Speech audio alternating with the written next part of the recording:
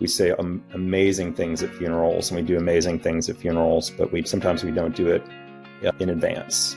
And I think that that's something that's pretty powerful, and I love the concept. I can't even put into words how grateful I am for everything that she did. You know, every day is not a guarantee. Just giving people their flowers while they're still here, I think that is great. She knows her worth and her value, and she doesn't let anybody walk over that in any kind of way. I have behaved myself, I have done everything I'm supposed to, and it's still not enough. That's a way that I did help change the world for good. Right now, you are the person that you thought you wanted to be in your obituary. Like, you're already that woman.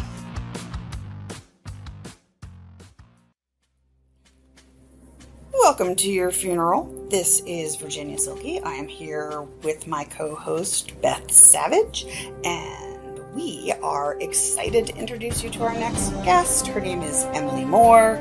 She is both sassy and serious, and we look forward to her episode. So join us as we meet Emily Moore. I am, of course, Emily Moore, the one, the only yes. Emily Moore.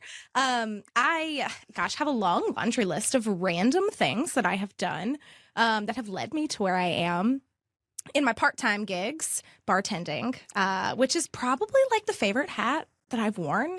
If we didn't live in a country that, like, you know, didn't make us like work really ridiculously hard for like healthcare and like to just exist and afford food, I would probably just bartend. Like, so much fun to just be there and just make my favorite things and talk to people. But my professional hat that makes me money is as a policy analyst. All right, Emily, here are the people who are at your funeral.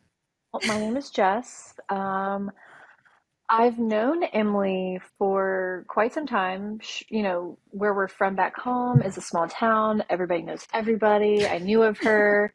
I knew, you know, at the time, Trey, they've been together for forever. Like, I just knew that they were, you know, they've been dating for forever and they still are. And she had known my cousin at the time. I mean, she still does. And then we started working together at a local bar, and we bartended for a little bit together, and we're hanging out. And then COVID happened, and then we just kind of relied on our friendship, and then we just became closer and closer. And then, like, fast forward to now, like, she's one of my best friends, and it kind of happened just so naturally. And we have like a beautiful friendship, and I love her endlessly. My name is Emma. I actually love my story about how I met Emily.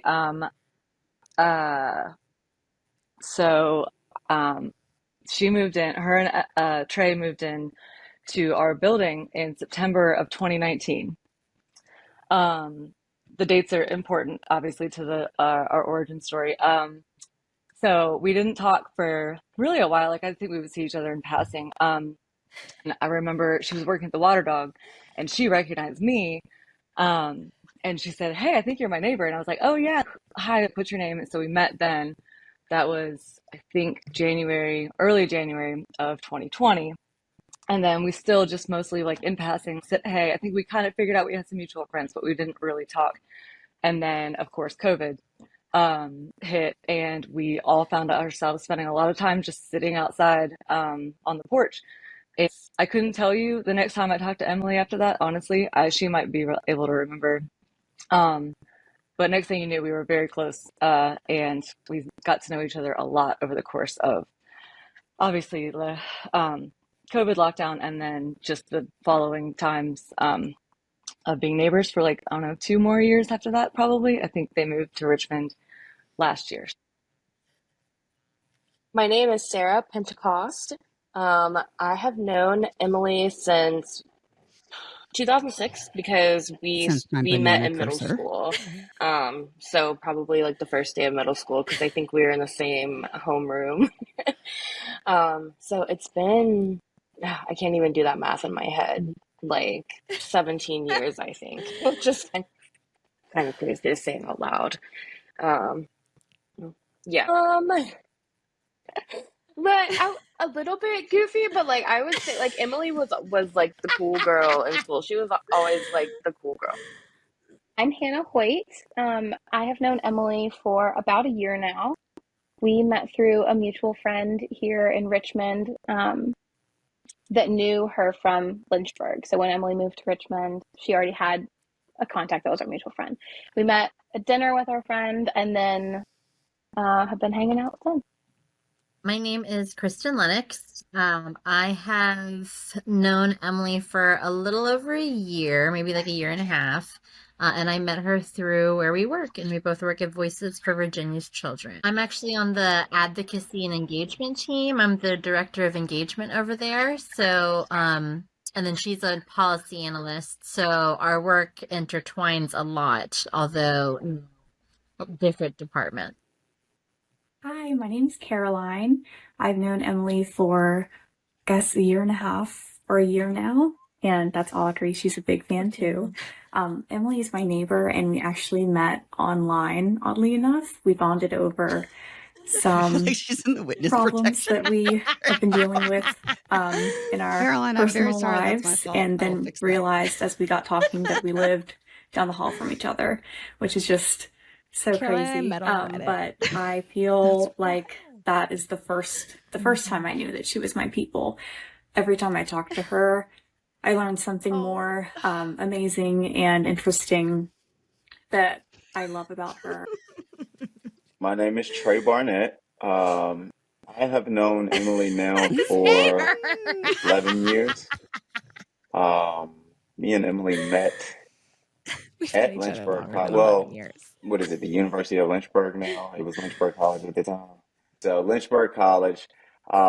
We actually met. So I went to Nelson and she went to Amherst, and we've known of each other, through social media and stuff. But we've all had mutual friends. With Nelson and Amherst being so close. So I actually had a buddy of mine. He attended Lynchburg, and me and a couple of friends went up there to visit him, and we actually came across Emily and a couple of her friends.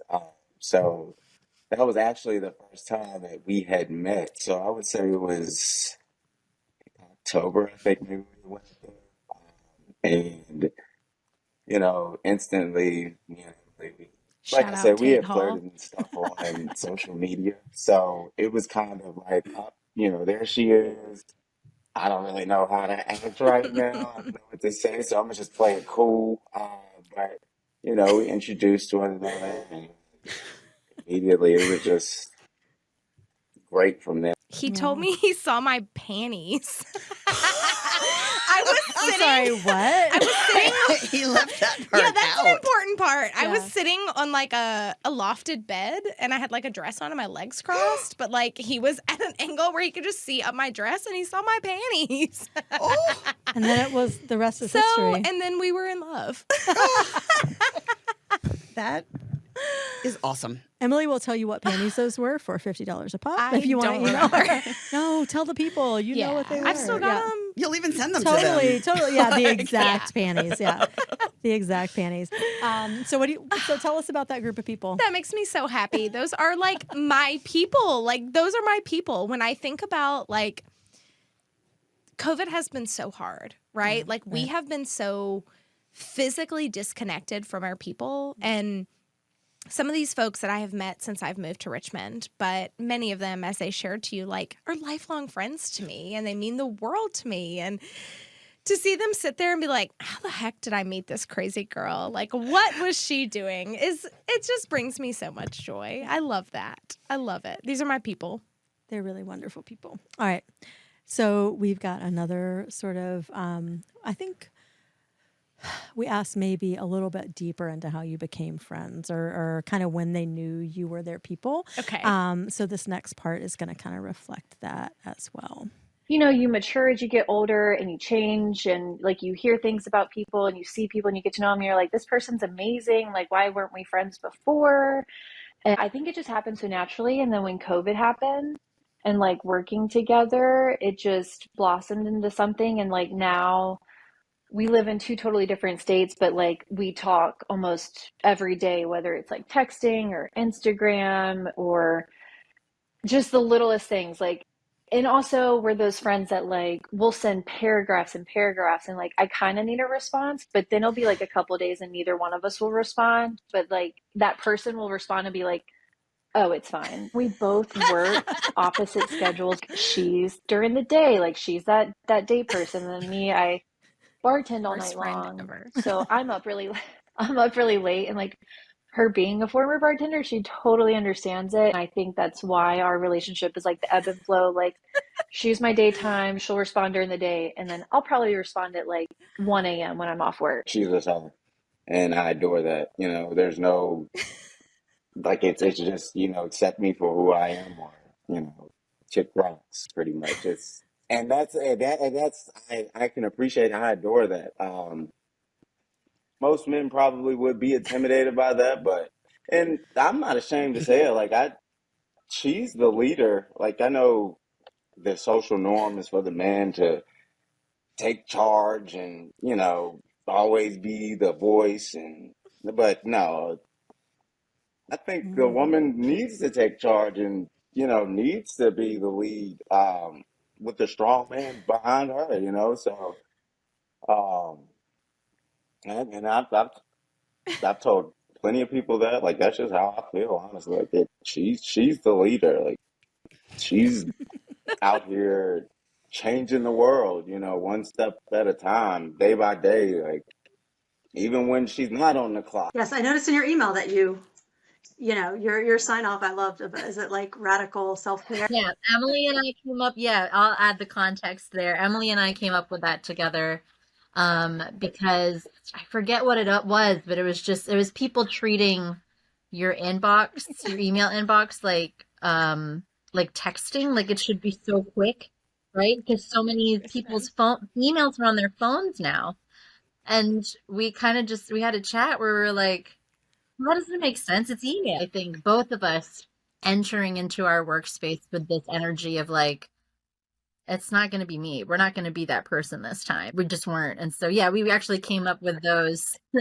scripts in our emails that say, and I think we're the only two that do it.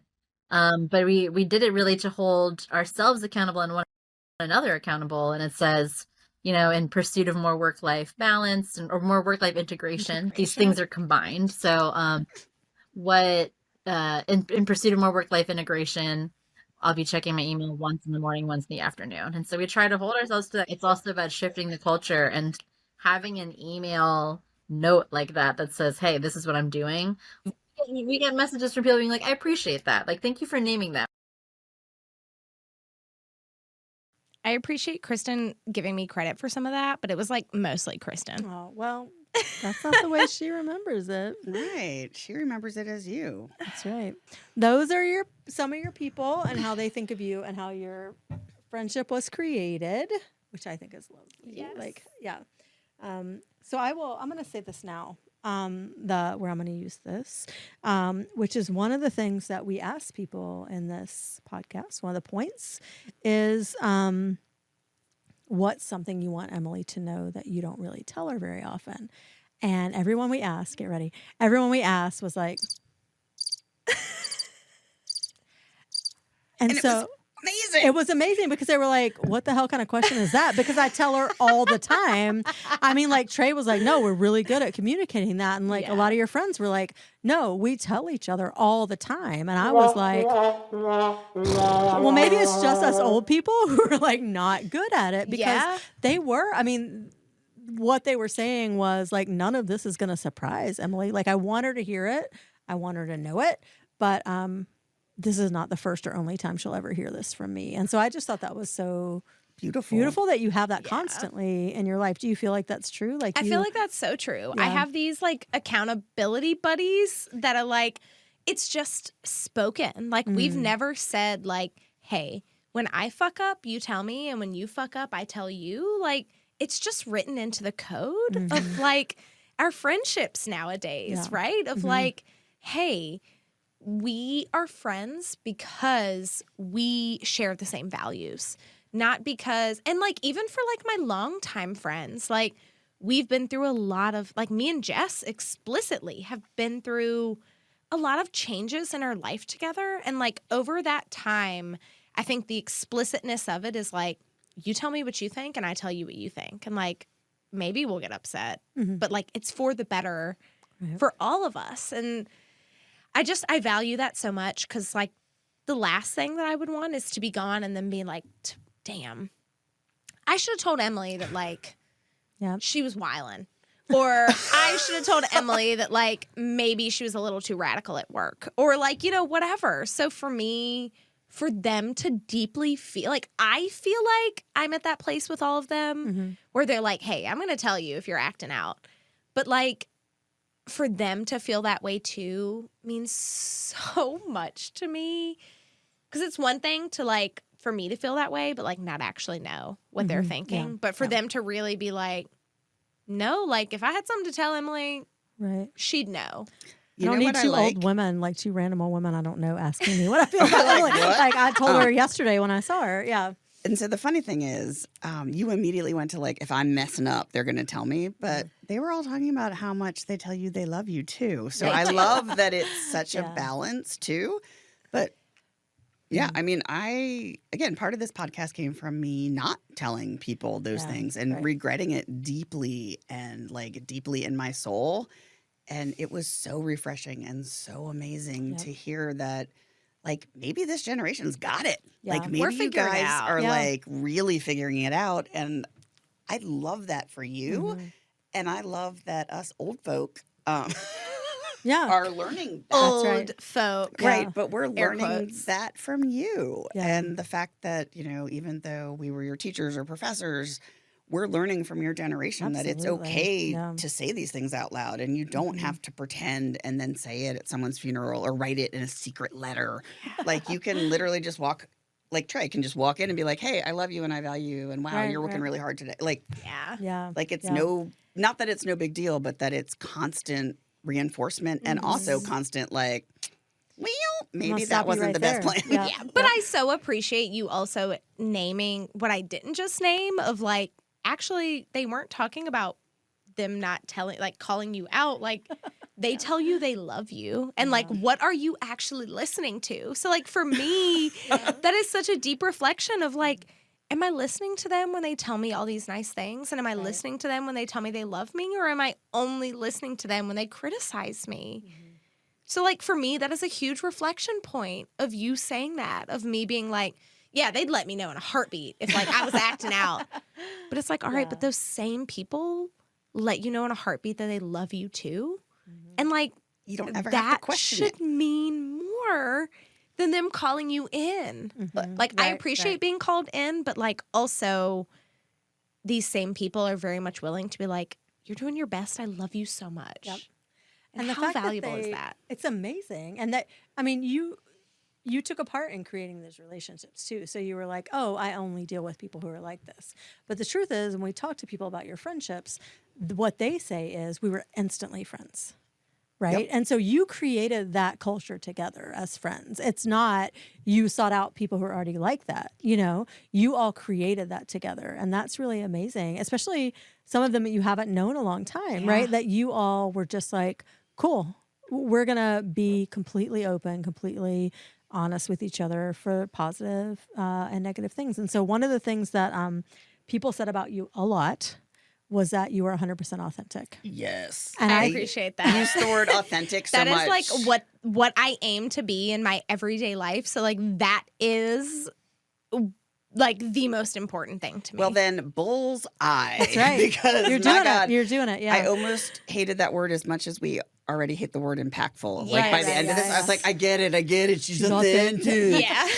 But really, I mean, like it. But it, again, I joke, but it really was like the common thread was like, Emily's just really authentic. She is who she is, and we love it. Yep, absolutely. Oh, man. I think in your friendships, in the same way you bring out what's in these people to sort of communicate that love and care to each other. Because I think there are friends in our generation, for example, who never talk to each other like that until their funeral. And then they talk about, as Virginia says, like they talk about each other when it's too late instead of saying it directly to each other. No, I mean, I see that in my mom and her generation. Like she's got the best friends in the world and it's not until they're dead that they start talking about what they meant to each other for 60 years.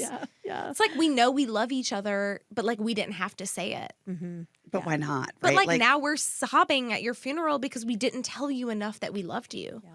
But like, how great is it to have people in your life that are like, actually, you could catch this whole city on fire and I would still love you. That's right. You could catch the city on fire. I'd put the body in my trunk and then we'd drive it away. We would just drive away. I would be your getaway car. Yeah, absolutely. So I think you got to give yourself some credit for that. That's all I'm saying is that you don't just find people who are naturally like this, right? Like you create this condition that you know is good for yourself and for other people. So I think it's lovely. And I think, with people who don't do it, it becomes such a trench or a rut they're in that it feels super awkward to start.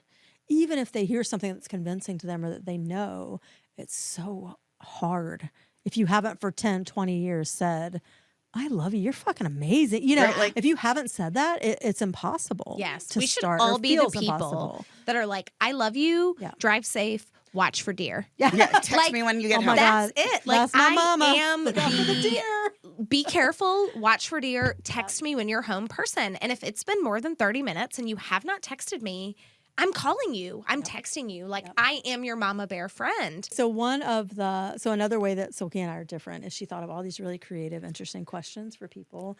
And I was like, eek, these are scary and intimidating. And inevitably people were like, this is my favorite question to answer. So one of the questions that people had a lot to say about or generally have a lot to say about is what gift they would get for you if money and time were no object.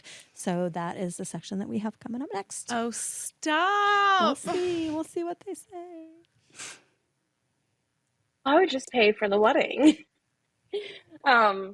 Because, that's, very financially consuming and time consuming, I'm sure. So if someone was like, oh, I'm just going to cover all that, you just have to pick what you want.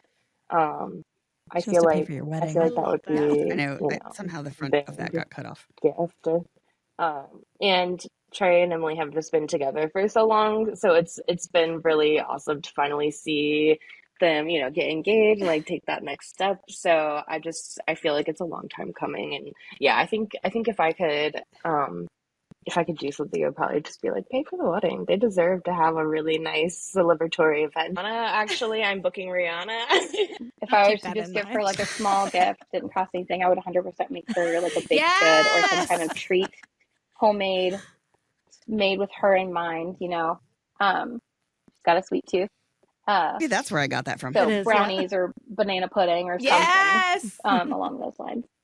It's hard to answer the like limitless question because my first instinct would be to like for most people would be to say like, oh, like I want them to never have to work again, to just be able to have like a posh life, maybe somewhere exotic, like I don't know, something exciting, like another country, I don't know, something like that. Because Emily's so passionate about her work, not working at all is really not.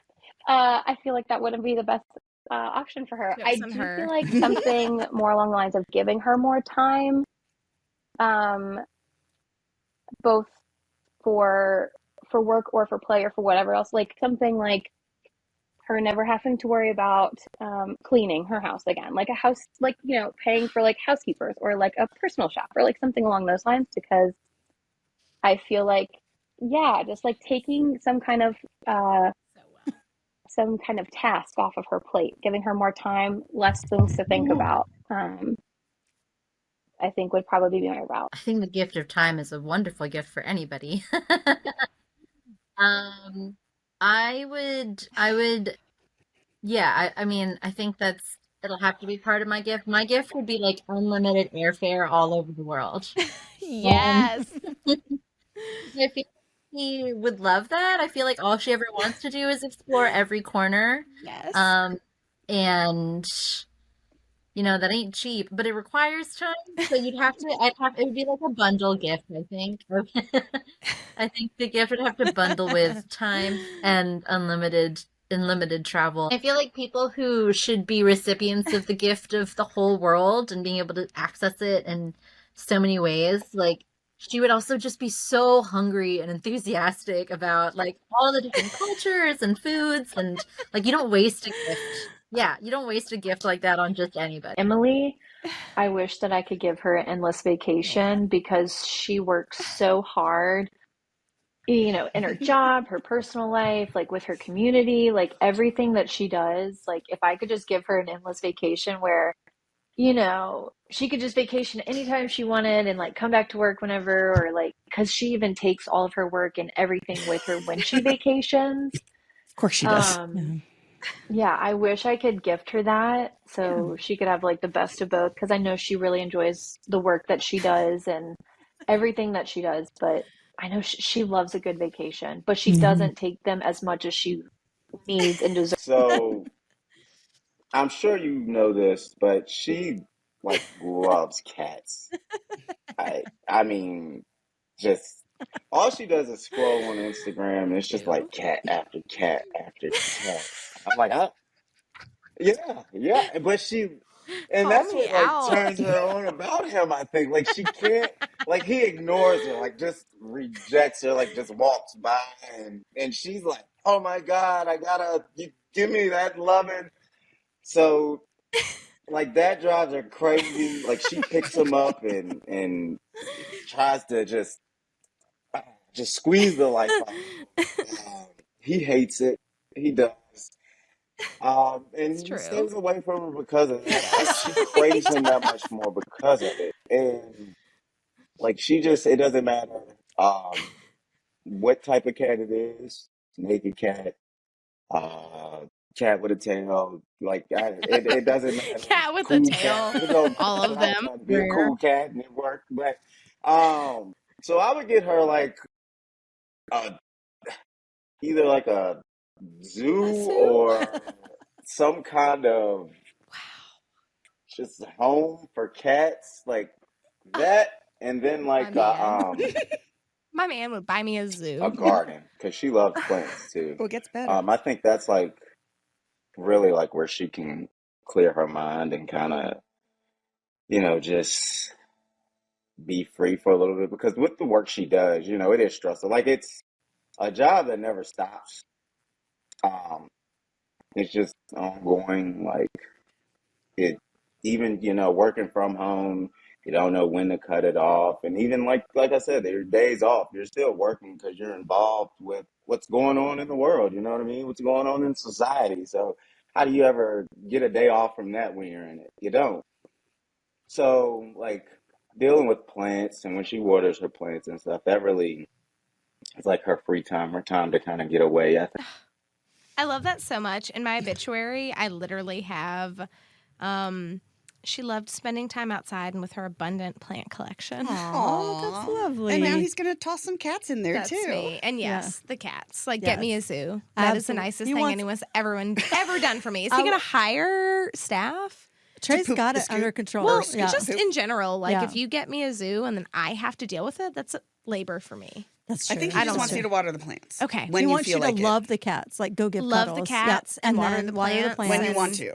I'm here Yeah. for it. That The sounds zoo like my has dream a job. zookeeper. Yeah. When you were laughing at the zoo, I was like, is she laughing because that's silly or because it's like the best thing ever? It's because it Both. was like the best thing ever. Both. He's going to get you a staff. Trey knows. He seems very in tune. Yes. So that's amazing. So your friends told us you love rap battles. You loved jam bands. Yes. You loved pretty much everything but country music. Yes. But That's there's accurate. There's one person you love in particular. Yes. And so some people talked about that. So that's what this is. She's also in my obituary. Yeah, Rihanna's her number one, like, ride or die for sure, any day. When Rihanna had the Super Bowl, played the Super Bowl halftime show this year. That was an event for everyone on staff in honor of Emily and her love for Rihanna. But I think if there was like any song, and even like in my car, my personal life, like if any Rihanna song comes on, it's Emily. Like hands down, she is Rihanna's number one fan. And I love that. She's ride or die for her. But yes, she loves Rihanna. I know that she will cry through a whole concert and just be so excited that she exists. She loves her so much. Yeah. And when Rihanna goes on tour, if somebody, aka Trey, doesn't buy her like multiple concert tickets to go see this person perform, I guess I should probably do that too. I should go see Rihanna with her. I feel like that would be an experience. I'll probably won't ever forget that Super Bowl because the texts that were coming through second by second for this past Super Bowl, it was an anticipated night already for most people. And me and Emily, well, Emily is way more of a football person, but this year when Rihanna was gonna perform, you know, it was going to be amazing. We were like, she's probably gonna announce her tour.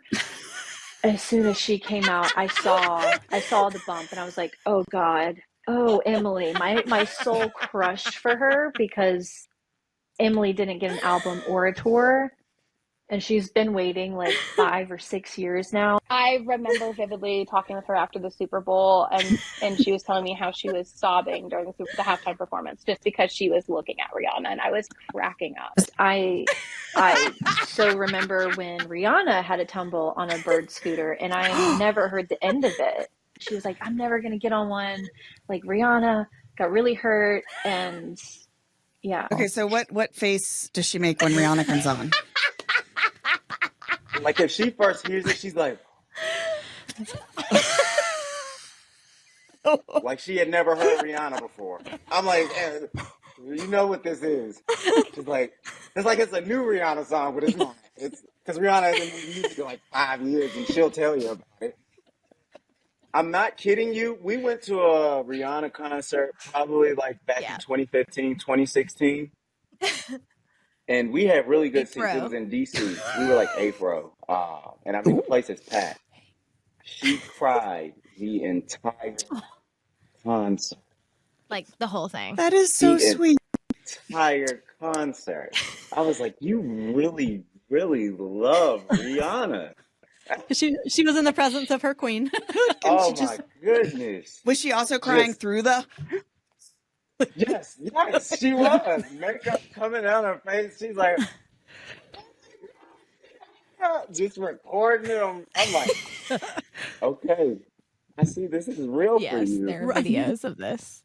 Yes. It would probably definitely be a Rihanna song. She loves Rihanna. I don't know if she mentioned that or if y'all know that. She loves Rihanna. So that would definitely be like anything Rihanna is going to get her out on the dance floor probably. And like, I just remember like back in the school dance days, you know, of like, cause she's, you know, we were cheerleaders. So we're always, you know, big and excitable, but like, I don't know that she, you know, where to do this, but like when I think of Emily getting excited about something, it's like, you know, hands up in the air, like, you know, mouth wide open, like we are going out there, like let's go, like just a very big exuberance.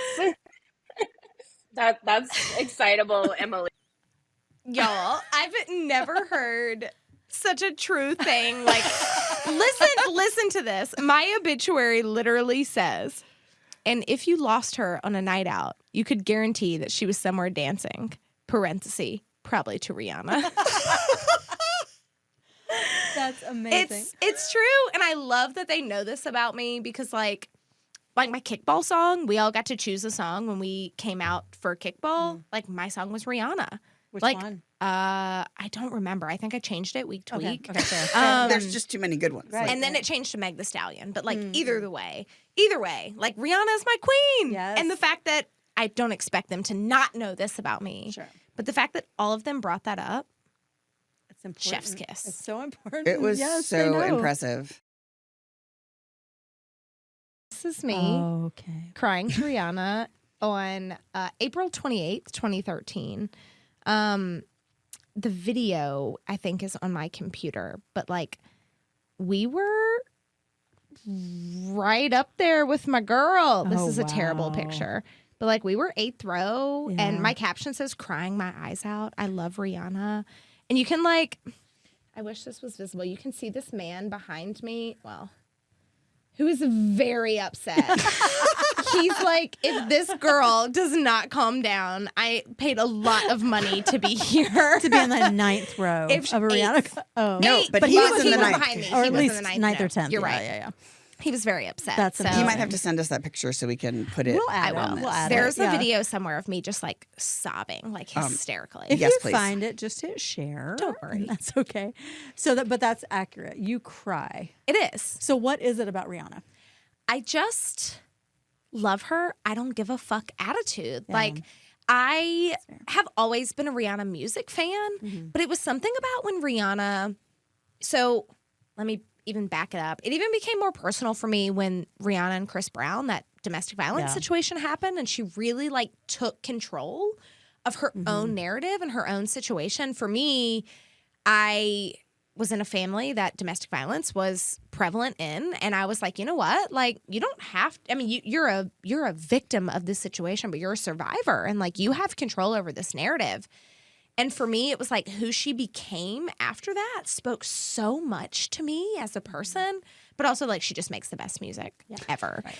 And 5 years later, I'm still listening to her last album, and I know that she's had 2 babies, but if she doesn't give me an album soon, I'm not going to make any threats. I was going to say, what are you going to do to Rihanna? I'm not going to make any threats, but like, I'm going to get upset. Yeah. I'm going to be real upset. You're going to cry for real, not I'm happy gonna tears. like maybe not cry. I'm going to maybe like protest outside her house. Yes. Okay. I'm ready. Yeah. So she's my gal. I love her. And if I don't get some music from her soon, we're going to feel it. Like Super Bowl Sunday was a big deal because I was like, oh, we heard this is where we get the announcement of our tour. And then she unzipped that jacket and was pregnant. And I was like, damn it. What did I do to deserve this? And I know all my friends were like, Emily, she's happy. She's having a family. And I'm like, this is about me. This is not about Rihanna. Why would she do this to me specifically? Could she tour and then get pregnant? Like that.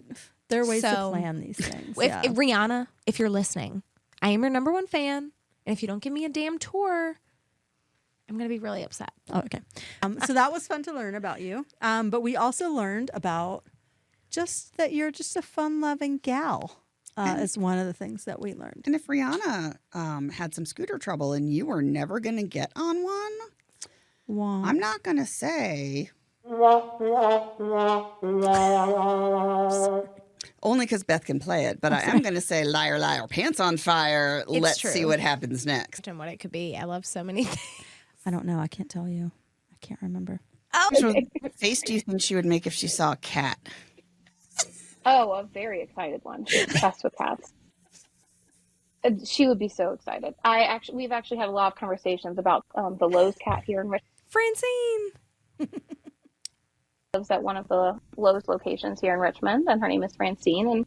And I remember talking to her about how excited she was when she met Francine in person. There's Instagrams dedicated to this cat. Oh, wow. She was I'll have to look that up. very excited to meet the local celebrity. Okay. I was going to say, do you think she follow us on Instagram, Francine? She's gonna make the most excited face about a cat. That her entire body will react in an excited manner to that. You will just be able to read her from head to toe about how excited she is to see the cat. I'm so excited to talk about Francine. I have a whole like artwork on my wall of Francine. Aww. They took Ryan Myers is the artist. He took the Robert E. Lee monument out of the middle of Monument Ave and put Francine in the middle of it. So it says Richmond's hardest working Lowe's employee. That's amazing. And just as Francine in the middle of Monument Avenue. I have not been able to find the right size frame to frame it, but like she's going to be framed and put on my wall soon. She's living her best life. Yeah. I had to go to Lowe's yesterday and I dreaded it. And then I was like, oh, wait, I get to see Francine. Do you take treats for her and stuff? No, but maybe I should. Imagine you're Emily. So embrace your inner Emily, and a cat walks by. Probably. She's probably going to follow the cat and see where the cat goes and talk in like her cat voice like she does with her own cat. Oh, Benson. And she's going Visceral to reaction. love that cat even if the cat is mean to her. It's all the same. Oh my goodness. And she'll make that those are her 3 words. Oh my, if it's a cat, oh my goodness. I just want to hold him. And like I said, it doesn't matter what kind of cat it is. It could be a little house cat, a tiger. She always says, I'll probably get murdered petting something that I shouldn't. And I'm like, I could see that happening. Yeah. Her cat does not really like many other people. I thought he liked me for a little bit during COVID. We like booped, and that was like a big thing in their household. We played with some paper balls. Aw. But then I hissed at him, and ever since I hissed at him, he's like, nope. He never forgot it. And so anytime I would come to their house, like he'll cry like one time when he sees me. And I'm like, okay, we're back on good terms, Benson. And then he just hisses all over again. I think that's the episode title. That's my MO. Yeah. I mean, he did give her cat scratch fever, but that seems like so traumatic, and she still loves that cat. Yeah. Like, I went to her house like back in the summer for a little bit, and I saw him, and he meowed and then hissed and like ran away. But I think that's just his personality now. Yes, I did sort of meet Benson. He normally hid when I would go over. I mean, what did she think was going to normal happen? for Benson? But Emily and I had so many conversations sitting out on the porch about how people would come over, try to be like, oh, he'll like me, and try to befriend Benson, and barely lived to tell about it that I listened, because I listen when people talk, especially when Emily talks. And I did not. I hardly looked at him. I said, Emily, you're his person, and if you tell me, like, I'm not, even if I consider myself a cat whisperer, I was not about to go and be like, I'm gonna be the one, because I believe her. Yeah, she always talked about various people being like, oh no, it'll be fine, and they always get swatted and they always bleed, and she's like, what did I tell you? So I listened. I got the instructions, I got the directions, and I said, yes ma'am. And we're fine. So I lived to tell about it. So this was Emma's allergic. like years ago. This was, I think Emily was still in college, I want to say, when this happened. But Benson, there was a stray cat that we had on our back porch at the time. I mean, he was pretty beat up. You could tell he had been through some pretty rough stuff.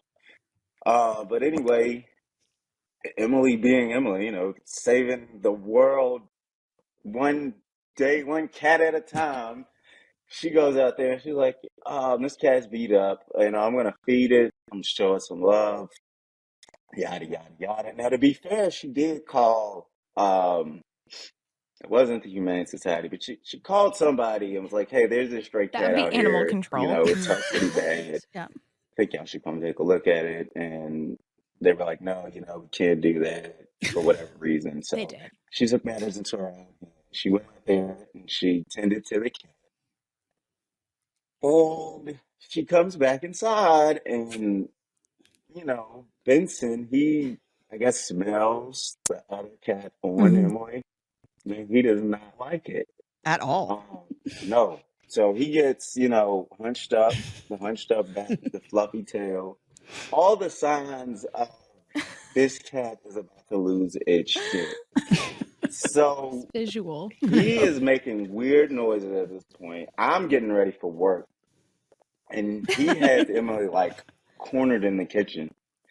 And I mean, he is like so I've never seen Benson so upset.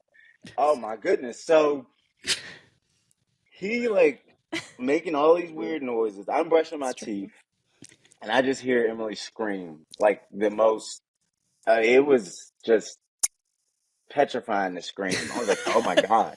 I run in there. She has Benson latched on her leg, like her shin, like claws in her calf muscle, teeth in her skin. And he finally lets go. She shakes him off. He finally lets go. And I mean, like, he penetrated. She had to go to the hospital. She had got infected with, what exactly was it? It was some kind of, I don't know what it was, but the bacteria from the Cellulitis claws and staph and his infection. teeth left an gosh. infection. He got put on house arrest. I was like, he's not going anywhere, but whatever. Okay. But I mean, it was. I'm like, this is a house pretty, cat. Like, Whatever. where's I Benson knew going? cats could do damage, but I didn't know it could be severe. And it's funny because we talked about this yesterday, and I was like, it's crazy to believe that, we just have this little furry creature walking around our house who doesn't speak or anything at all. But I was like, and it's even crazier to think that you got viciously attacked by it and it's still here. Because if that had been me, some decisions would have had to been made. I know you love cats, but damn it, this cat's got to go or it's going to be me. I was like, it's not his fault. Silky agreed. Like everyone we talked to about Benson, she was like, that cat would have been gone. Yeah. Like, that cat went out of my house. Yeah. Every single person is like, why do you still have Benson? And I'm like, to be fair, he is a wild animal. And is he a wild animal? I mean, I got him off Craigslist. So that's the thing we did not know about Benson. I think so. Yeah. So let me give you the backstory about Benson. Benson came up hard, huh? This is all really important to know. He came up on the streets. I grew up with cats and I grew up with dogs and it was fine, whatever. My dad took care of them. When Trey and I started dating, Trey was like, we should get a cat. I was like, this black man wants a cat. Okay.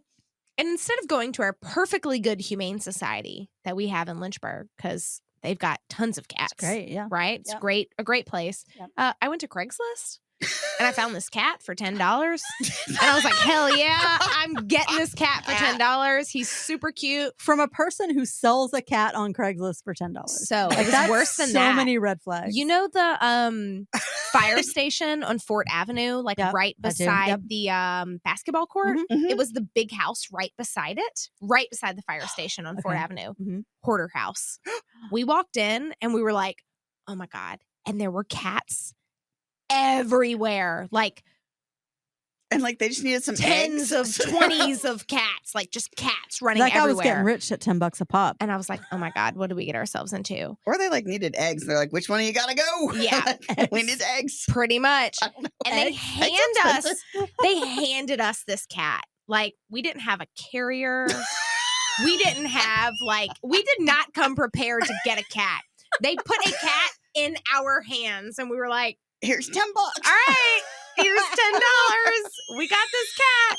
And we took him into our car. Oh my God. He, first of all, jumped so hard into the windshield, trying to escape that he bounced back. And we were like, oh, he's dead. This cat we just bought for $10 is now dead because he just concussed himself on the windshield. And then we get him home. Oh my God. He's got fleas and fleas.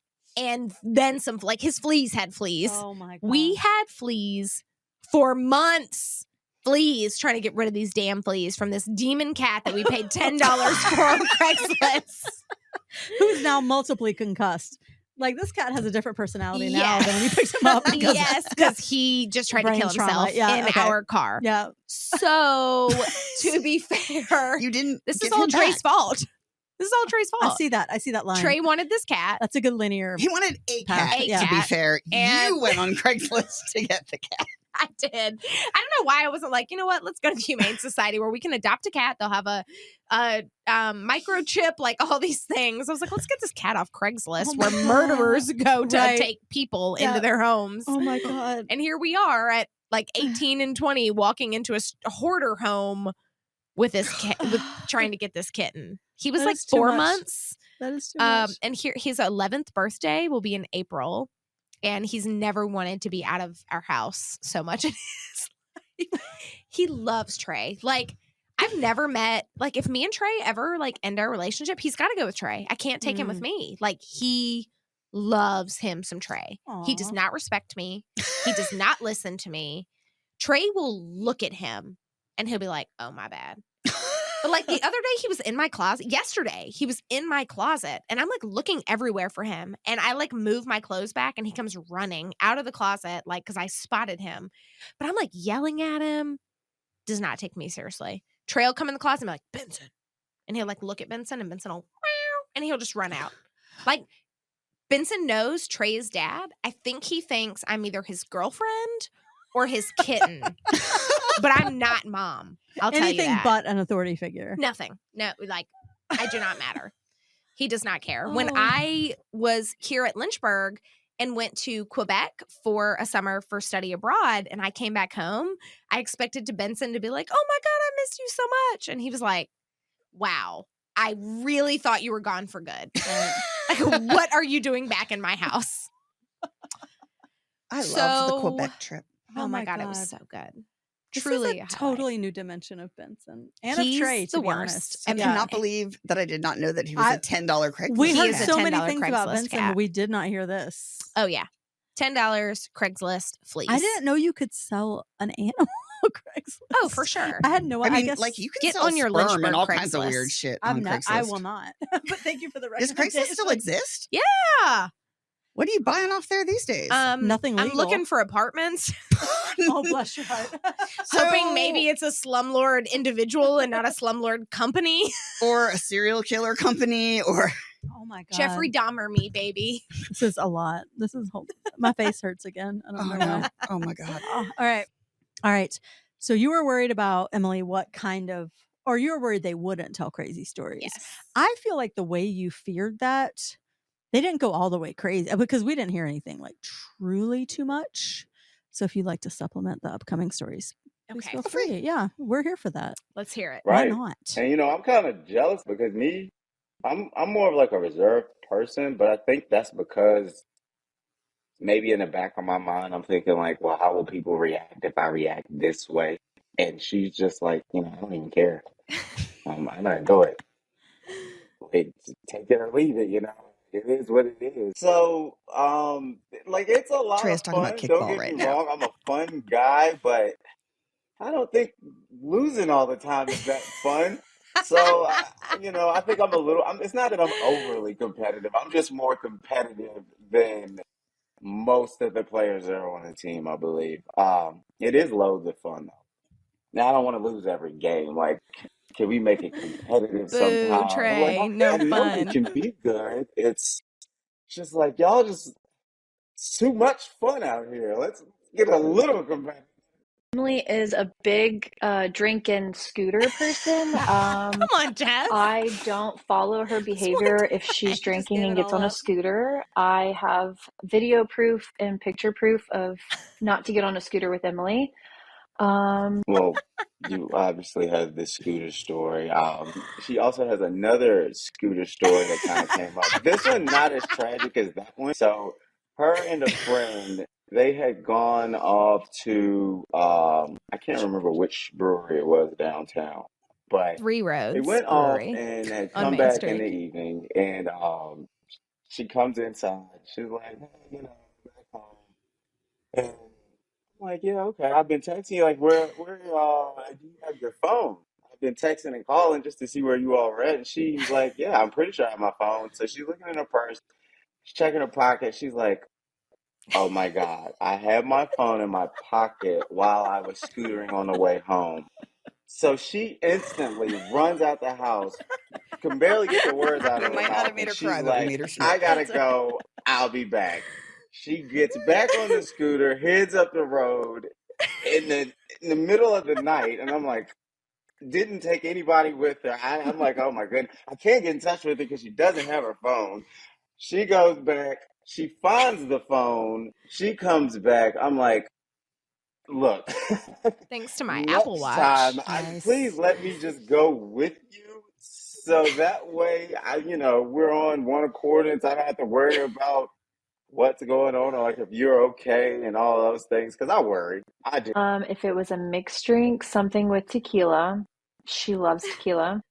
Yeah, IPA is something hazy IPA, but it's funny we're talking about this because we were texting and like Emily has forever been like the IPA drinker of the group. She's a ride or die for a hazy IPA. Like that's her, like this girl can buck back. We were texting recently because I've kind of gotten off beer recently and I'm like, I'm on to wine and Prosecco. Like, what are you drinking these days? And she was like, I haven't drinking IPA in like months, and like I've drank some wine. And she was like, I'm just drinking like she likes stouts and some darker I beers. love stouts. So Don't make that face, Beth. The stouts are good. That's fine. She can like what she Emily's changing. Changing. The world and her beverage That's choices. right. And she gets to experiment with her beverages, and that's okay. As long as Emily's happy, we're all happy. Mm-hmm. Yeah. The only genre of music that Emily will not listen to is country. She won't listen to country music. Anything else, play it. Fair game. Country music. I loved hearing her talk about her and Trey having like 2000s rap like revisits of albums that I hadn't listened to in a long time. So if I hear something like that, that always makes me think of her. She'll text me if she's listening to Mariah Carey because she knows that's one of my favorites. There was that series of like when a bunch of rap battles were happening, and I feel like her and Trey were really excited about like looking at those, and she'd be posting about them. And some people I didn't even know who they were, but I was like, she was really excited about it, and I love that. Oh, I love It's amazing. I love this so much. It's so funny that Trey shares that story because I was just thinking about that recently. I like literally remember getting back home and being like, oh my God, where's my phone? And I hop back on that scooter and like, you know how your watch has this option where you can like hit the button and it'll like ping your phone. Yep. So I'm like riding my scooter around downtown Lynchburg, like hitting this thing on my watch, like trying to find my phone. It had fallen out of my pocket on Court Street. Oh my gosh. I don't actually even know why I was on Court Street. Because like when you think about where Three Roads Brewing is on Main Street, I lived right above Scene 3. So I should have just came down 12th Street and then like on to Main Street. So I'm not sure why I was on Court Street, but my phone was on Court Street and in the middle of the road. Like, thank God it didn't get run over by a car. But I remember Trey being like, really, like, get your life together. Like, what are you doing? Well, also, but you had your life together, right? You're like, I don't need to stop and talk to you about this. I'm gonna go get my phone. You know, like I know where to find it. Don't worry. You weren't there. Yeah. like I'm gonna go get it. I got this. Don't worry about it. And Trey's like, I could have helped you find, which is, it's so funny because it's so Trey and it's so who he was today of like, you know what? You need my help. And I'm like, actually, I don't. But like, if you want to come along, hop on. And if he had driven you there, he would have run over your phone. That's he would how have ran over my phone. Yeah, that's how you would have found it. So I just needed to scooter about a bit. I hear you're the queen of it. I would want Emily to know that her presence holds so much purpose, and that is definitely one of her powers. That she is, again, because she approaches everything like a lifelong learner and doesn't have this sort of like arrogant competence about anything. She is an asset in this space. Like, this space needs people like Emily. And this space needs more people who have done the work, been in the work, and have worked really hard to understand it and aren't just riding by any sort of generational wealth or means. And I think I admire so much her. I think something else I'd want to know is that she's a cycle breaker, and it's really cool to be in community with other cycle breakers. I think there's a lot out of this generation, people who are breaking cycles that were inherited. And so she does that work. She does that liberatory work every day, and I would want to make sure she knew that. Yes, and that's the biggest thing I push on is like, you know, it's not going to get fixed by tomorrow, like you said. So just do what you can and know that everything you do, it may not seem like it today, but it is changing things, you know, bit by bit. And, you know, the work that you do and the work that you're putting in is being noticed. And that, like I said, it's just all amazing. Like, it's just keep going. Don't stop. Do get that rest, but don't stop. Kind of going back to how outspoken she can be and just unafraid to speak her mind, whether it's how she's feeling personally, like emotionally, or whether it's about things going on in the world, globally, or, you know, things, you know, right here in our community. I don't think that she realizes that people do actually listen to what she's saying and take it as value. And I don't, you know, I think because we all, you know, speak our minds and things like that, but sometimes I don't think that she realizes that she really does know what she's talking about. She's very capable and her words have impact. She has a lot of experience, especially in her job, working in state politics and things like that. And, you know, the types of things that she talks about, whether it's on social media or whether it's, you know, when we're together in a group, she makes me think and see different perspectives. And I think just because it's her personality and she's so used to being that way, I don't think she realizes that she really is sort of what's the word I'm looking for? Not a role model, but like almost like an influencer in that way. Like the type of thing she says does influence people and may make someone, better understand the way the foster system works, or um, you know, I just feel like she doesn't give herself enough credit when it comes to her, credibility. She's so smart, and she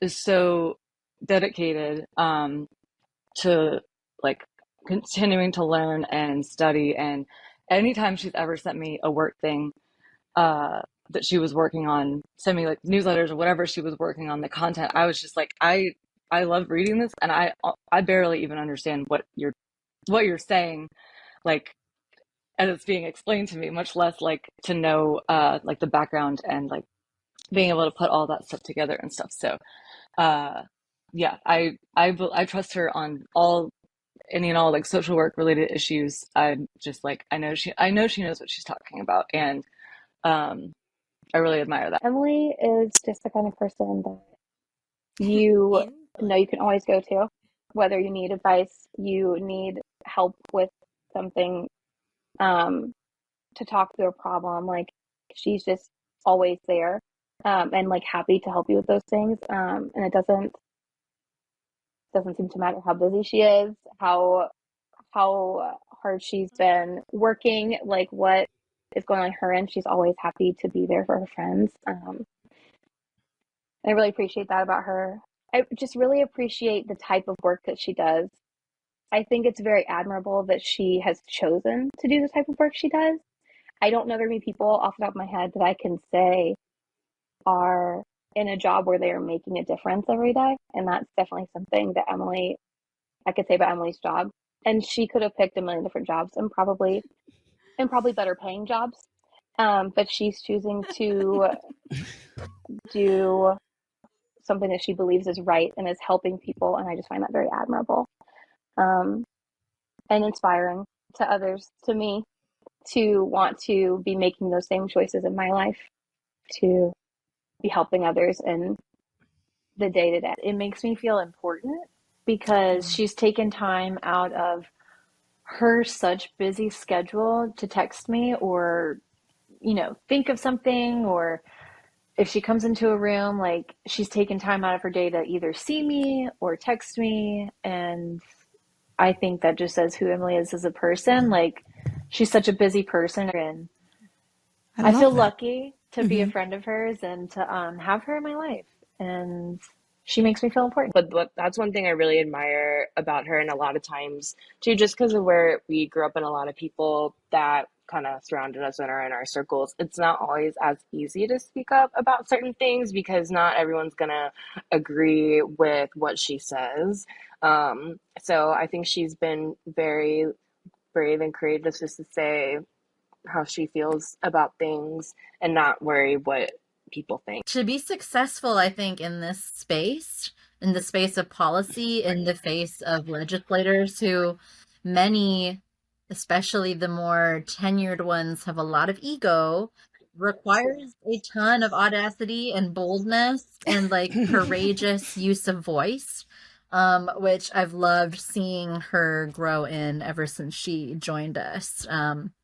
She was like immediately, at least it seemed immediately fearless. Although knowing her now, I'm sure she like interrogated and had so many like inner dialogues and feelings of Kristen's a therapist or anxiety. Oh, nice. Okay. But immediately it was like she brought a fearlessness to like, I'm gonna have this conversation because I don't care about this old white man's opinion of me. I care about my partners getting the things that they need so that they can start in life. Like that's what she cared about. She cared, and so to me, it's not a balance. I think she leans heavy on big voice and have to in this industry. I would say, especially as a younger woman. it's very much needed. So Like, I think she knows, but I'll tell her, like, she knows I love and adore her. She goes above and beyond, whether it's on her job, like what she does just around here, at Like home. loading the dishwasher. The proper Oh way. God, I'm like, you're like a superhero. I don't know how you have that much energy to do that many things. I'm like, do. for what you do, just sitting here like on the computer and just hitting these keys and like changing lives. Like I'm That's what like he thinks I do. like, and I speak for me. Changing I lives with don't that. have the mental capacity at all. Like I would have been burnt out after like a week of doing this. I would have been like, no, you know what? I work in a factory. Like I work in warehouses because I just know, like, I could never ever do anything like that. I would be so exhausted and so burnt out. And she just goes day after day, like I said, after hours, like even when she's not on the clock. It's truly amazing to see. But at the same time, it's kind of like, I get it, but I want you to like reserve yourself too, because you keep going and going. Like I don't know how long you're gonna be able to handle it. You know what I mean? And it's just like, I know the thing she's doing is amazing, and at the same time, it's like, you kind of gotta give yourself peace of mind sometimes, and it's just hard for her to do. Yes, it's very hard for her to do because she's so passionate. Like if she would do this for no money, you know what I mean? Like that's how passionate she is about it. Like she does do it for no. Also true. Like she does it for actually no money. Yeah. Literally just got a promotion this week and I'm still making no money. So he's like, as I think about it, that's not a hypothetical. Like, yeah, he's like she currently does it for no money. So my favorite thing is you said you're a crier, but none of that surprised you. I'm It's like, great. I'm trying to like find these tears inside of me. I'm like, You why am don't I not have to. crying? Yeah. But like, I don't know. It just brings me so much joy to see my people like see this in me. Right. And it's so funny how they all said different things, but very much all said the same thing. Yep. That's exactly right. That's exactly right. We were like, is this going to be repetitive? And then as we were doing it, we are like, oh no, they all like it's the same but so different. But like so such different. a different your angle. relationships are different, with each of them. And because they tell you all the time. For older folks, I think, or maybe it's not generational, maybe I'm just putting that on it. We don't hear that all the time. But if you have people around you who are constantly like building you up, it seems like at work, for example, Kristen, like you build each other up. It's amazing. Yeah, you acknowledge what other people bring. Yeah. And it certainly, of course, it's nice to hear it all in one place, but it's not a shock. Yeah. Right? Because you know you're doing that. Right. I think it is to an extent generational, at least that like now folks are like, oh, there's so much bad stuff happening in the world. Like maybe we should love each other a little more. Like we take time in our staff meetings to like, we talk about awesome successes and gross injustices. And like, we've got a ton of gross injustices, but like our awesome successes as we go around the table and celebrate each other, like that is how we start our staff meetings. Like that is the way we talk to each other to say like, yeah, there's a lot of bad shit going on, but like, wouldn't it be great if we celebrated the good things that we have, or like go around and talk about how much we care and love about each other and like the things that we're doing. And I really try to do that in my personal life with my friends, and it just makes me really, really proud and really, really happy that like they see that and they reciprocate it. Right. Yep. Right? Like we have built this connection on like we love each other. Yeah. Right? Like Absolutely. most of my conversations with Jess are us complaining about like all the bad things in the world, and then I'll be like, but wait, listen to this really cool thing that just happened, or like, look at this great jacket I just bought. Like, I know the world is heavy, but like, let's take a minute and let's celebrate. And then we can go back to like commiserating. Yeah. But it really is an amazing thing. I think, I hate to say it's generational. I don't think it's generational. I think it's just like a now thing of like, we are so connected to all the terrible things that are happening around us all the time that like so many of us are really grasping for just little tidbits of joy. And when you realize like you're the only ones that can really produce that, you lean into it. Yeah. To an extent. Yeah, produce it. And I think there are plenty of older people who might listen to this and be like, you do what at your staff meeting? Like, Yes. what My a waste brother's of like, time. Yeah. excuse me. Like he works in tech and he's like, we start our meetings and we deal with our stuff that we need to do for work and we move on. Yeah. And it's like, no, we spend the first 30 minutes of our staff meeting like connecting. We do like get to know you questions. Like we've all worked together for 2 years now. We know each other, but like we're going to continue to connect personally because that's how we build compassion and empathy for each other. And it takes so little time. Yes. But it makes you want to go back. Yes. It's so simple. And sometimes I'm like, can we get on with this fucking meeting? Like, could this have been an email? Yeah, like 40 minutes have passed and we now all know what our favorite summer memory is. I've got fucking work to do. Right. And then I'm like, you know what, Emily, your work can wait. Right. Your connection with people is forever. Yeah. Absolutely. She doesn't have like a master's of public policy. She didn't get a master's degree, and but still forged her way into this space of leadership and mental health policy in Virginia through her commitment, her research, through trying twice as hard as anybody else would simply because she did not have that degree. And Emily, and so because she comes with that, she also has, I think, it's a skill. If you're a policy wonk, you sometimes don't have this skill. The ability to speak to the common person about what policy is and how it works. That to me is one of her superpowers. If ever I need something explained more concisely and without jargon and with the context necessary to make me feel even a little bit fluent in it, Emily is who I go to first. Because she's just really talented at, and has helped us sort of pave the way for that culture a little bit more. And like, I definitely want her to know that she's an awesome person. She's come so far in life. She had a lot of adversity in life that I think could have stopped her or held her back, but I think that she really showed that like no matter where you come from, you can still make an amazing life for yourself, and you can still, you can, like, whatever your past is not your future, and you can make your own path. And I think that she just really like took that. I think she took her experiences and made the absolute best out of it as an adult, and it's been awesome to see her kind of blossom into that and just see the person she's become today. Not only do I admire and respect her for her opinions and the things that she does to work towards a better society and, helping everyone to be included in that, but I also genuinely feel like it inspires me to I'm such an indecisive person. I feel like she really inspires me to really educate myself so I can be informed and then have those strong opinions as well, which is hard for me.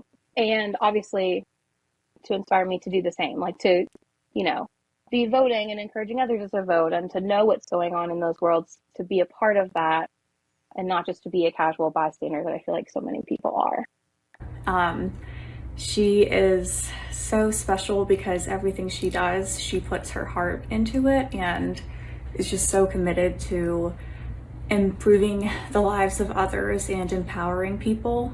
I never thought I'd be able to say I could call on my neighbor when I'm crying and need someone to hug. Usually you think a good neighbor will just give you a cup of sugar. So we've shared we do that too. a lot together, and I am just really, really grateful to have her in my life. She truly makes the world a better place every single day, and I'm so glad that she's here and that I get to be in her orbit. So I love you, Emily, and Audrey does too. Bye.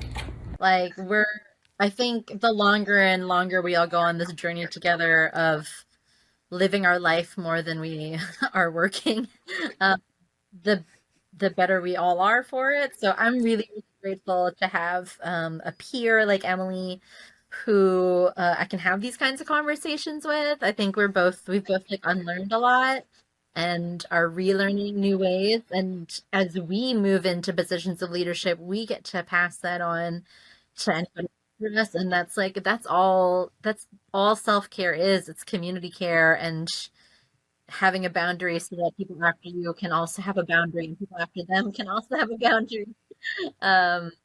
I'm so grateful to be working alongside her. I'm glad she's on my side. I'm really proud of who she is and who she's become, and I'm so happy that we've been able to again reconnect this past year and just kind of like rediscover that friendship and all the things that we have in common, because I think that we have a lot to offer each other, as companions, and it's an exciting time, and I just want to remind her that, no matter what she's feeling, like she's accomplished a lot.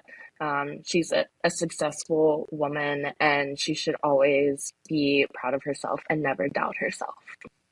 Most men probably would be intimidated by that, and I'm not ashamed to say it. Like it's worth repeating. She's the leader. Like, I know the social norm is for the man to take charge and, always be the voice, but I think the woman needs to take charge and, needs He's like, to be I come from a family of strong women. I'm with not. a strong man behind her, Yes. So, he's like, you mean men have opinions? I've told Do I have to plenty get of people this? that, like, that's just how I feel, honestly. Like, she's the leader. Like, she's out here changing the world, one step at a time, day by day, like, even when she's not on the clock. Oh yeah, and she knows, like, I'm her number one fan. She has my full support. Like, it's when she told me, she had gotten this job in Richmond, I was like, let's go, let's do it. Like, you had no idea. Like, you the front runner here. Like, you want to go? Let's go. Like, I'm willing to go. Let's do it. I know the work that she does. Like, it's not a gimmick. Like, it's passion. Like, it is authentic. So if she's willing to move forward, then I know, like, nothing but good can come from it. You have good people. Like, great people. Those are like some of the best people in the world. Yeah. Truly. Like,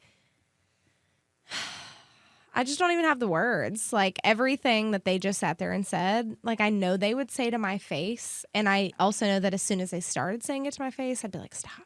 I don't want to hear it.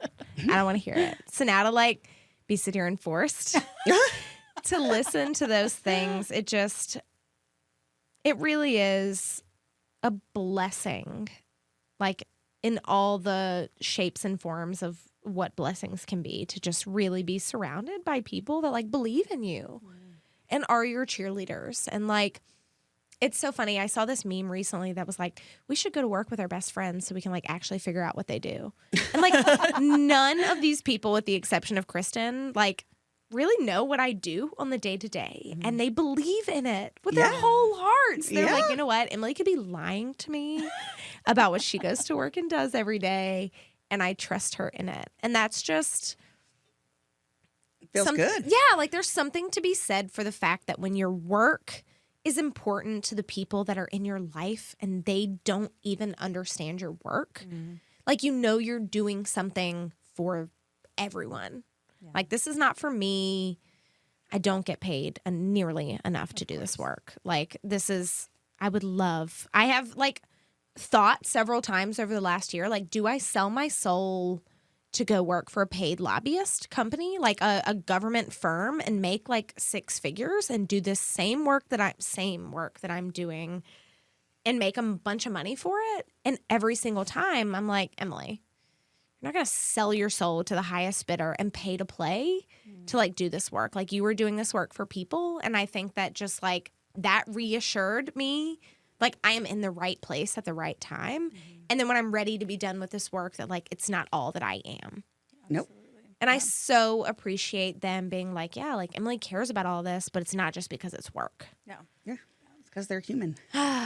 Man. What good folks. I love them all so very much. I do not deserve them. I do not deserve them. Yes, you do. Stop. You guys deserve them each other. and they deserve you. Like, it You has deserve been each so other. refreshing, again, to see. And again, I have friends. I love my friends. I've got very good friends. I mean, I'm friends with a lot of people. I'm close friends with a few people. And I've got like my core folks. But I mean, other than making Beth uncomfortable today, like, I don't, like, I'm always like, oh, yeah, they know that. Right. Like, I do. Like, I come from a generation of people who are like, I don't need to say that. Right. And I'm saying it so much more often and making people so much more uncomfortable. And I always make people uncomfortable in different ways. But like, That's fair. emotions are like a weird way, especially for me, who's like very, like, don't touch me, get away from me. I love you, be you, but don't be you that close to me. But like, and so it's a good feeling for me at this age to not be so stuck and like, I can't believe they're doing that. Do you hear them, Beth? They're telling each other these things. Right. And so instead of criticizing, it's just like, damn, I'm still learning. Like, and hopefully I can make those changes in my world so that, so that I can move forward in my job and in my life and have that integration. Yeah. And you can hear that expansiveness and compassion and what they're saying around you. Do you know what I mean? Like, they're all saying, as you said, they're all saying similar things, but they're not the same things. And they haven't pigeonholed you. They really are thinking of you as this whole person, and they're highlighting certain things about you, but they're not sort of. And one of the things we didn't include from Trey was he was like, she doesn't have to put herself in a box. I always tell her, don't put yourself in a box. Like, you're not just one set of functions or one group of things. And so what I really love about, and I loved about talking to your friends and your people, is they had this just like, yeah, she's Emily, like this really chill, but like so incisive and insightful view of who you were while allowing you to be who you are. And I think that's a beautiful way to have friendships, and I think you create that with them. It's not like, oh, how did I stumble upon all of these these beautiful people? It's not an accident, like you created this with them. So it teaches us. And we started this podcast not because we wanted to tell other people how we felt or because we were good at it. We were like, there should be more of this in the world. We're going to push other people to put it into the world because that's not my skill set at all.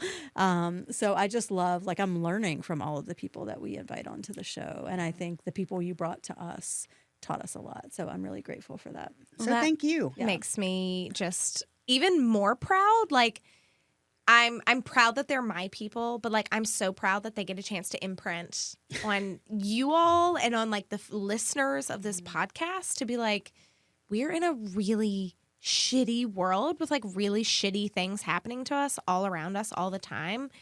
And we can have communities that like love us and care about us and lift us up amongst all of the pain and all of the things. And like, we can feel that together and we can find joy amongst ourselves too. Right. And so I'm so proud to have these people in my life. And I'm so proud that like they're willing to say nice things about me on camera. They couldn't wait to say nice things about you on camera. So excited to be like, hey y'all, thank you so much for all the kind things you said about me. And just knowing that like they're genuine people and like they would not say that shit if they did not mean it. It was clear. Yep. And so for me, it's just like, like share that with the world. Like we can all, especially for Trey, acknowledging like he's the only dude in this video. Trey was like, am I the only guy that you have on here? And I'm like, yeah, actually, I think so. And just like, we can let these walls down, right? Like we can be people. He can be a strong black man who is his behind own person, his but woman, behind, a strong man behind like a strong woman, and he's not ashamed to say that, and he doesn't think like doesn't have to apologize to anybody for it, and he and I respect that so much in him. My favorite thing about Trey is Trey's like, if I could like quit my job and be a stay-at-home fiance, like that's what I would do. Yeah. Like, stay-at-home Benson dad. Yes. He's like, you know what? Trey's favorite thing to say is like, you know how some people are like, I'm running to the money? She's like, I'm running from the money. Like I want to run as far away from all of this as I possibly can. And it's so funny how we're so different and we have just found this like niche with each other of like, Trey does not care about politics. Trey does not care about all these things. And yet he knows they are so deeply important, not just to me, but like I have shown them that they are important in his life and they're important in like our broader society. And he's still very skeptical about like the world, as we should be. Yeah. And no matter how much like I try to be like, I have the answers, Trey's like, actually you don't. And I'm like, you're right, I don't have any of the answers. I have half the answers. I have like a fraction. I have like my perception of the answers. But it's just, you know, him and all of my friends really, like Hannah said, like, I'm very much like, have you voted? Like, do you need to know about the candidates on your ballot? Like, can I talk to you about why voting is important? Like, my mom, for example, she's like, Emily, I did not go vote. And I lecture her, and then I'm like, we're going to try again next time. Right. Like, I'm not going to beat you up about it. I'm going to lecture you, and then we're going to keep trying. We're going to keep at this until, like, you see that it's important. And so I appreciate all my people for sticking along with me, because I'm probably not the most, like, I'm a lot of fun at parties, but, like, you have to get me there. I'm going to talk to you about politics first. Like, I'm going to make everybody at the bar uncomfortable. I'm going to, like, make you all think about some really deep things. Like, I'm a lot of fun until I'm not. And I appreciate all of my people here for sticking with me through both sides of me. Like, Absolutely. the fun and the not fun, Emily. But the not fun Emily is not like a mean, evil Emily. Right. The not fun Emily is a thoughtful, I'm going to make you think because I do have this information and you don't. And much like Kristen said, you can break it down for people who may not want to know the inner workings of the policy, but they do want to know how it impacts people or what it means. Exactly. And back to kind of what I said at the beginning of this, like, that is my favorite part of me in this work, is that, like, I took that other path. And I was able to say, hey, actually, real people are being impacted by this stuff. Let's break it down. And, like, we are the real people. And I appreciate my people for caring about things when they really could just, like, look the other direction because it doesn't impact them directly. It's easier not to. And I'm so selective with my people, too. Like, Trey will tell you, like, I've come across a lot of people that are cool friends. It's not my people. I'm like, that thing you said, red flag. Like, maybe not something we can just move past. And all of these people have been hand selected by me. They should be honored. Absolutely. It's a curated I group of friends. Feel honored too. Yeah, they do. Well, I think what you said about, like, you and Trey being such different people, you know, maybe what this younger generation is doing is not discovering some new way of being, but returning to a way of being that people were before. Because this absolute polarization, this political polarization, did not exist, you know, some decades ago when I was younger. Right. And so, you know, there is more space to love each other and not feel like what you need in a partner is a mirror, like, not a mirror image, but the exact sort of replica of yourself.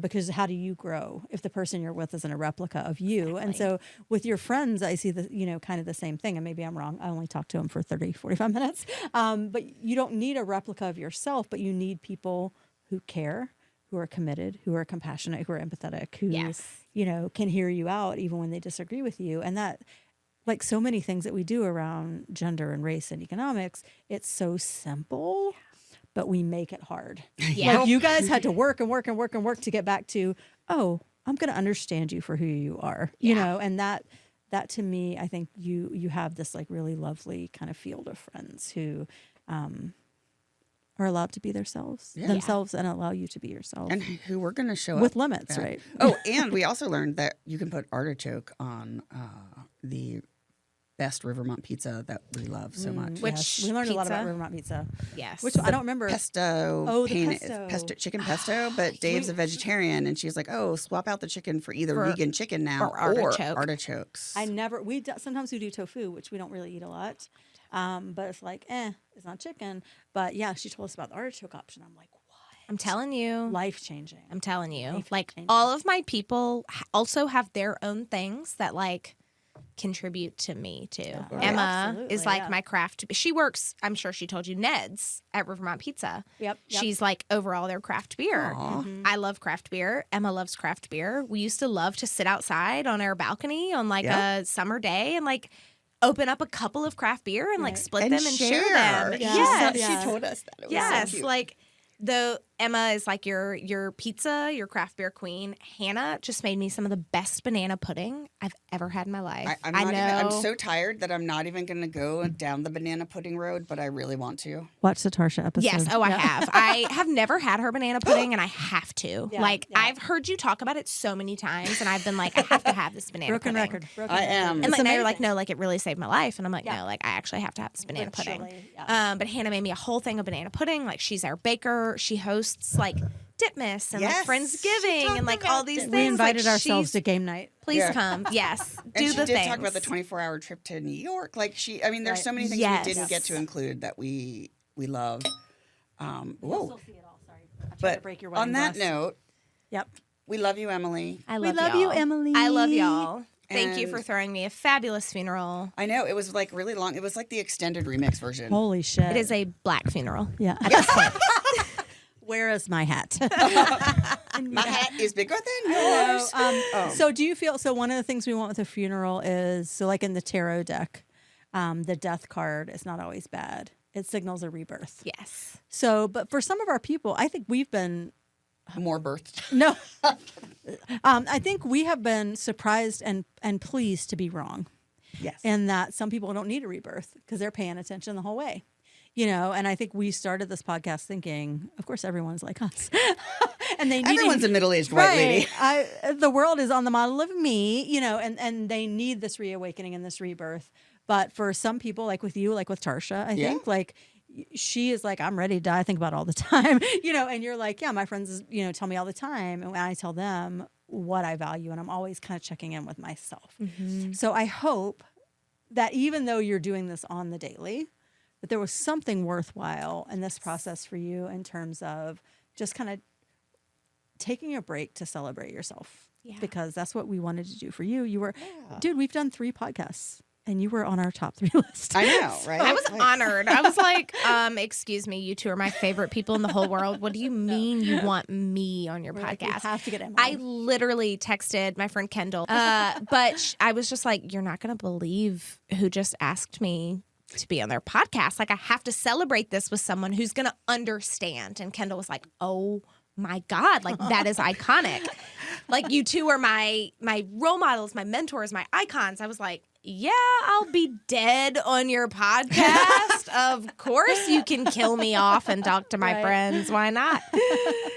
Well, we're very grateful for it. We and yeah. adore you. Well, Yeah. the feeling is very mutual. Yeah. And I'm just really grateful to have this space. Again, like death is something that has really shown itself in my life in the last year and then some. And it's one of those things that like you're a little uncomfortable with. But like when you get to approach it from this way, it's really comforting, actually. It's like, wow, like it doesn't have to be, I mean, it's going to be sad regardless, right? But like it doesn't have to be dim and grim. Like we can approach this moment knowing that like we've said our piece.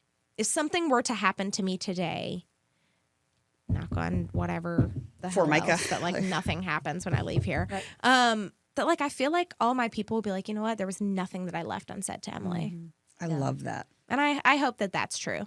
Absolutely. I absolutely love that. Thank you, Emily. We Thank love you. y'all. We love love y'all y'all. back. All right, so that is our episode for today. We hope that you enjoyed meeting Emily Moore, and I hope you can't wait to hear even more. We'll have a few mini episodes with Emily coming out pretty soon as well.